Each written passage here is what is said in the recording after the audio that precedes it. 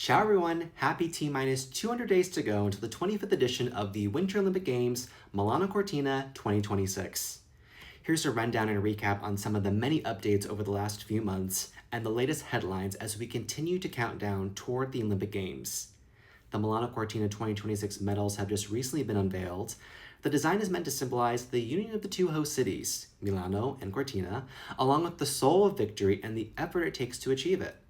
The two halves are brought together by both Olympic and Paralympic values, united by the spirit of the Games, where a world of competition doesn't divide, but unites.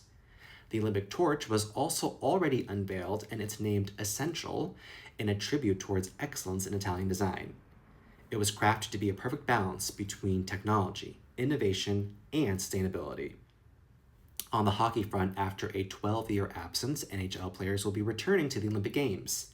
The National Hockey League, National Hockey League Players Association, International Ice Hockey Federation, and International Olympic Committee finalized a deal to send players back to the Games. This agreement had been initially announced last year, but only recently were final details unveiled.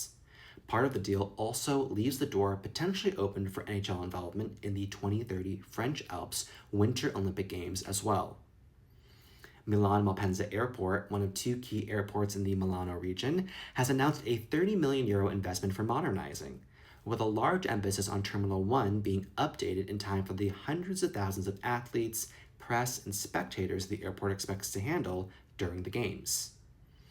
It was also reported in early July that the Milano Cortina 2026 organization was facing a €150 million deficit at the time of its last financial reporting.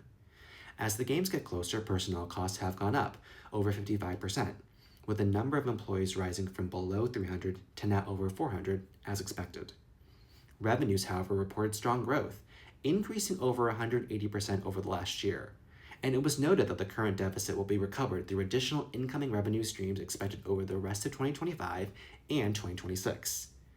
The organization has already announced additional new sponsors since the time of its last financial reporting. Armani, official outfitter of Team Italia, has unveiled their national team's kit, which are rendered in a milky white shade featuring Italia written in prominent three-dimensional embroidered lettering. Giorgio Armani said he chose a singular color, white, to evoke harmony with the snow-covered Italian peaks. Armani has been the official sponsor of Team Italia since the 2012 London Games and 2014 Sochi Games. On the Olympic Village front, the Scalo Romano Olympic Village has finished months ahead of schedule after only 900 days of construction and features 1,700 beds. Following the Games, the complex will turn to student housing. Meanwhile, the housing units within the Cortina Olympic Village have also been completed, with work continuing on the shared spaces in the village: kitchens, canteens, training facilities, etc. For the opening and closing ceremonies of the Games, it has been known that the San Siro Stadium in Milan will play host for the Olympic opening ceremony, while the Verona Arena will close out the Olympics and then will also open the Paralympic Games weeks later. Finally, the Olympic Stadium in Cortina will then close out the Paralympic Games.